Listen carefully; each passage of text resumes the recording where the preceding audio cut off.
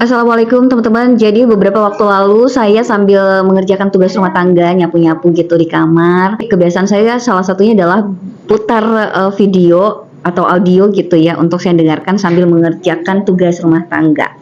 Dan saya menemukan satu video yang akhirnya membuat saya terenyuh. Tidak menduga ya Allah, ternyata bisa semulia itu kita ini semuanya gitu. Mau tahu ceramahnya apa? Nah teman-teman, ini dia ceramahnya. Hukum julid fisabilillah, disampaikan oleh Kiai Haji Muhammad Siddiq Al-Jawi. Insyaallah, barakallah.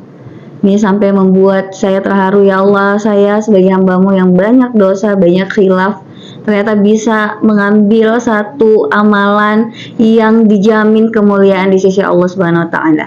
Seperti apa? Nah, dijelaskan ini terkait dengan julid fisabilillah. Ini adalah tindakan melakukan upaya menyerang mental para Zionis, penyerang kaum muslimin di Gaza, dengan menyerang akun-akun mereka, menyerang akun IDF, menyerang akun Netanyahu ya, yang akhirnya itu membuat mereka mentalnya jatuh. Julid fisabilillah ini teman-teman bisa kita lakukan. Kenapa? Karena ternyata berdasarkan penjelasan dari Kiai Haji Muhammad Siddiq Al-Jawi, julid fisabilillah itu dibenarkan dalam Islam karena setidak-tidaknya ini termasuk dalam upaya menghilangkan kemungkaran atau izalatul mungkar dengan lisan atau mulut kita. Dan disinilah part yang paling bikin saya nangis teman-teman. Jadi beliau menjelaskan bahwa kalau julid fisabilillah ini diniatkan sebagai salah satu cara dalam berjihad fisabilillah, maka insya Allah termasuk jihad fisabilillah yang diwajibkan dalam Islam dan melawan kaum kafir Zionis Israel, serta insya Allah mendapat pahala yang agung dari sisi Allah Subhanahu wa taala. Tahu kan bagaimana agungnya jihad di jalan Allah? Jadi kenapa julid fisabilillah ini dianggap sebagai salah satu cara untuk menghilangkan kemungkaran adalah, jadi kemungkaran ini sebelumnya kita pahami dulu, kemungkaran ini segala sesuatu yang bertentangan dengan Islam, bisa dengan tangan kita dihilangkannya, atau ini ke tangan ini artinya kekuasaan ya, atau dengan mulut kita, atau dengan qalbu.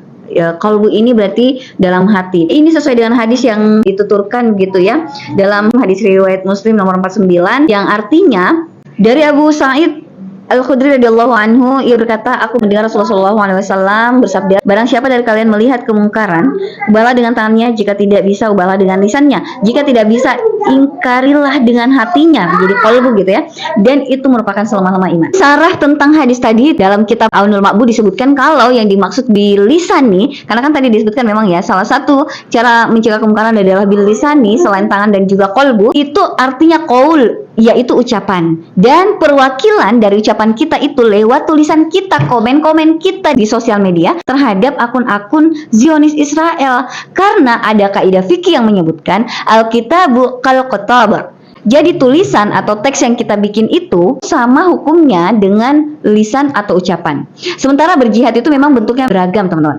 Dijelaskan dalam hadis sahih oleh Imam Abu Daud, Imam Ahmad, Imam An-Nasai, dan Imam An-Nawawi dalam kitab Riyadhus Shalihin, dari Anas radhiyallahu anhu bahwa Nabi SAW bersabda, berjihadlah melawan orang-orang musyrik dengan harta, jiwa, dan lisan kalian. Jadi teman-teman, dari hadis ini kita tergambar bahwa ada 3 jenis jihad yang disampaikan. Jihad itu bisa dengan harta, jiwa, dan juga lisan kalian. Insyaallah, jadi di sini kita bisa melihat dengan modal HP saja, dan kita modal julid saja kata-kata yang bisa menusuk Zionis Israel dan Netanyahu, IDF, dan semua akun-akun yang menyerang atau Islamofobia terhadap saudara-saudara kita di Palestina, Gaza.